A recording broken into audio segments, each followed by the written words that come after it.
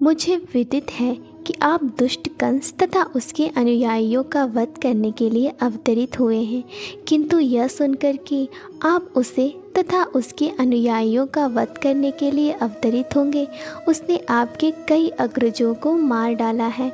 अब वह केवल आपके जन्म की प्रतीक्षा में है। जैसे ही वह इसे सुनेगा, वह आपको मारने के लिए सभी प्रकार के अस्त्र शस्त्र लेकर उपस्थित होगा। के अत्याचारों से अत्यंत भयभीत थी।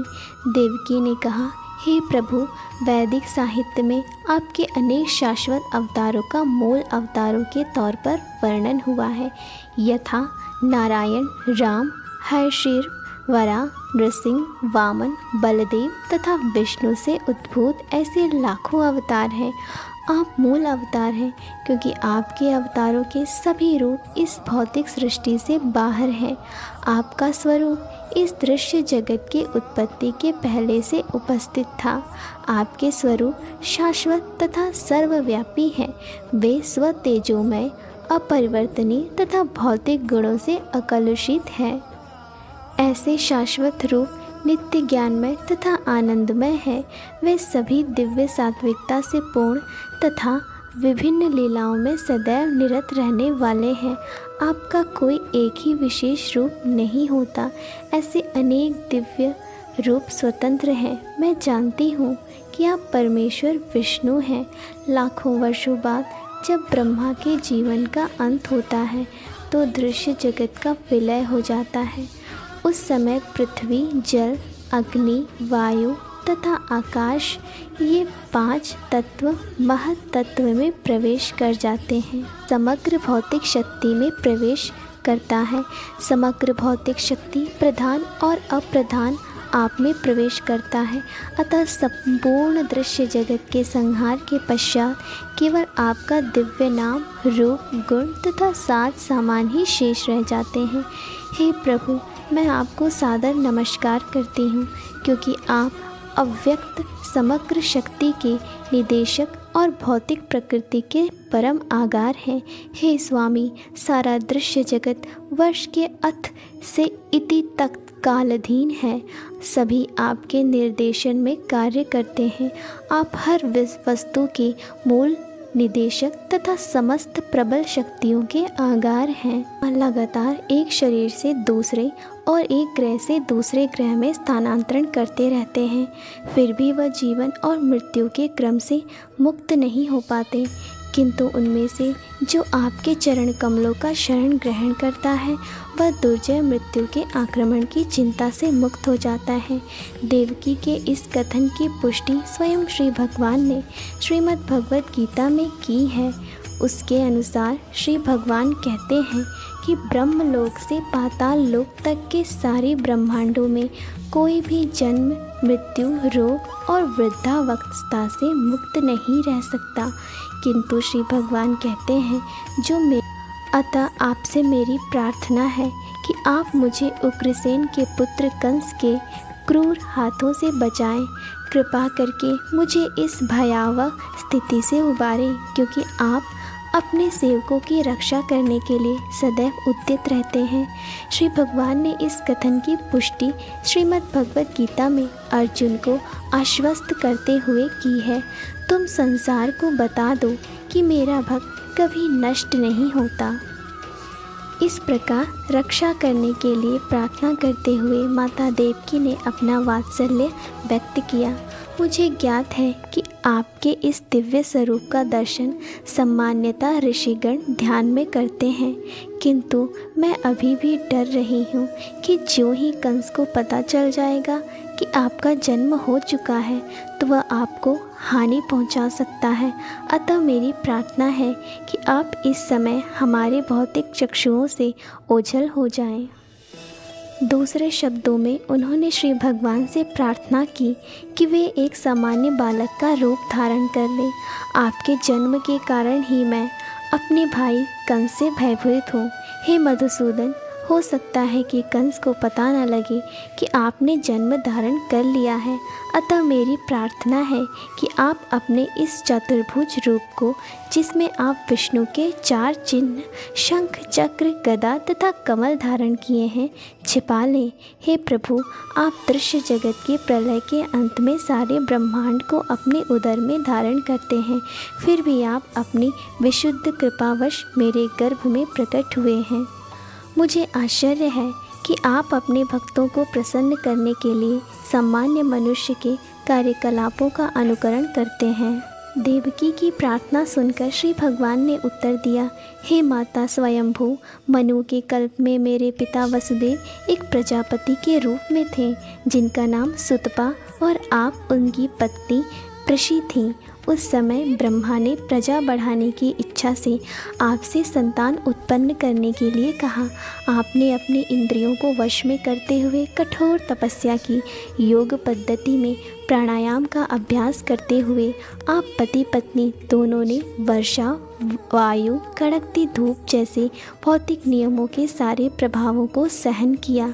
आपने समस्त धार्मिक नियमों का भी पालन किया। इस प्रकार आपका हृदय निर्मल हो गया और भौतिक नियम के प्रभावों पर भी नियंत्रण प्राप्त हो गया। तपस्या करते हुए आप वृक्षों के नीचे भूमि पर गिरी हुई पत्तियों मात्र का आहार करती रहीं। तब स्थिर मन तथा इंद्रिय निग्रह द्वारा आपने मुझसे अद्भुत वर प्राप्त करने के लिए मेरी पूजा की। आप दोनों ने देवताओं की गणना के अनुसार 12,000 वर्षों तक कठोर तपस्या की। उस अवधि में आपका मन मुझ में ही लीन रहा। जब आप भक्ति कर रही थी और अपने मन में निरंतर मेरा ध्यान कर रही थी, तब मैं आपसे अत्यधिक प्रसन्न हुआ। हे निष्पाप माता, अतः आपका अंतःकरण नित्य ही विशुद्ध है। उस समय भी मैं आपके समक्ष इसी रूप में आपकी इच्छा पूर्ति के लिए प्रकट हुआ था और आपसे मनवांछित वर मांगने के लिए कहा था। उस समय आपने चाहा था कि मैं आपके पुत्र रूप में जन्म लूं। यद्यपि आपने मेरा साक्षात दर्शन किया था, तथापि आपने मेरी माया के प्रभाव के कारण व्यापक भवबंधन से पूर्ण मुक्ति न मांगकर मुझे अपने पुत्र के रूप में मांगा था। दूसरे शब्दों में श्री भगवान ने प्रकट होने के लिए इस जगत में प्रशी तथा सुतपा को अपने माता पिता के रूप में चुना। जब भी श्री भगवान मनुष्य रूप में अवतरित होते हैं, उन्हें माता पिता की आवश्यकता होती है। फलतः उन्होंने प्रशी तथा सुतपा को शाश्वत माता पिता के रूप में चुना। इसलिए प्रशी तथा सुतपा दोनों ही मुक्ति की याचना न कर सके। मुक्ति उतनी महत्वपूर्ण नहीं होती जितनी कि श्री भगवान की दिव्य प्रेमा भक्ति होती है।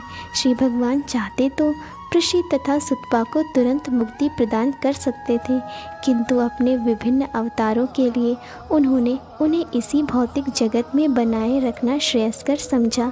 जैसा कि आगे वर्णन किया जाएगा, श्री भगवान से उनके माता पिता बनने का वर प्राप्त करके प्रशी तथा सुतपा दोनों अपनी तपस्या छोड़कर घर चले आए और पति पत्नी के रूप में रहने लगे, जिससे कालक्रम से प्रशी गर्भवती हुई और एक शिशु को जन्म दिया। श्री भगवान ने वसुदेव तथा देवकी से कहा, उस समय मेरा नाम प्रशी गर्भ था। अगले कल्प में आपने अदिति तथा कश्यप के रूप में जन्म लिया और तब मैं उपेंद्र नाम से आपका पुत्र बना। उस समय मेरा स्वरूप एक बौने जैसा था, जिससे मैं वामन देव के नाम से विख्यात हुआ। मैंने आपको वर दिया था कि मैं 3 बार आपके पुत्र रूप में जन्म धारण करूंगा। पहली बार मैं प्रशी तथा सुतपा से जन्म लेकर प्रशी गर्भ कहलाया। दूसरी बार मैं अदिति तथा कश्यप से जन्म लेकर उपेंद्र कहलाया और अब तीसरी बार मैं देवकी तथा वसुदेव से श्री कृष्ण नाम से उत्पन्न हुआ हूँ। मैं इस विष्णु रूप में इसलिए अवतरित हुआ हूँ कि मैं आपको विश्वास दिला सकूँ कि उसी श्री भगवान ने पुनः जन्म धारण किया है। मैं चाहता तो एक सामान्य शिशु के रूप में प्रकट हो सकता था, किंतु तब आपको विश्वास ना होता कि आपके गर्भ से मुझ श्री भगवान ने ही जन्म लिया है। हे मेरे माता पिता, इस तरह आपने कई बार अत्यंत लाड प्यार से अपने पुत्र के रूप में मुझे पाला पोसा है, अतः मैं अत्यधिक प्रसन्न हूँ और आपका अत्यंत कृतज्ञ हूँ। मैं विश्वास दिलाता हूँ कि इस बार आप अपने उद्देश्य को पूरा करके भगवत धाम को वापस जाएंगे। मैं जानता हूँ कि आप मेरे लिए चिंतित हैं और कंस से भयभीत हैं, अतः मेरा आदेश है कि आप तुरंत ही मुझे गोकुल ले चलें और यशोदा की नवजात कन्या से जो अभी अभी उत्पन्न हुई है मुझे बदल लें। अपने पिता माता से इस प्रकार कहकर उनकी उपस्थिति में श्री भगवान सामान्य बालक बन गए और मौन हो गए। श्री भगवान का आदेश पाकर वसुदेव जी अपने पुत्र को प्रसूति गृह से बाहर ले जाने के लिए तैयार हो गए। ठीक उसी समय नंद तथा यशोदा को एक कन्या उत्पन्न हुई थी। वह योग माया थी, अर्थात वह श्री भगवान की अंतरंगा शक्ति थी। इस योग माया के प्रभाव से कंस के महल के सारे निवासी और विशेष रूप से द्वारपाल गहरी नींद में सो गए और लौह श्रृंखलाओं से बंद महल के सारे दरवाजे खुल गए। रात अत्यंत अंधेरी थी, किंतु ज्यों ही वसुदेव श्री कृष्ण को अपनी गोद में लेकर बाहर निकले तो उन्हें सब कुछ दिखने लगा मानो सूर्य का प्रकाश हो। चैतन्य चरितामृत में कहा गया है कि श्री कृष्ण सूर्य प्रकाश के तुल्य हैं और जहाँ भी श्री कृष्ण रहते हैं वहाँ अंधकार रूपी माया नहीं रह सकती। जब श्री कृष्ण को वसुदेव ले जा रहे थे तब रात्रि का अंधकार दूर हो गया।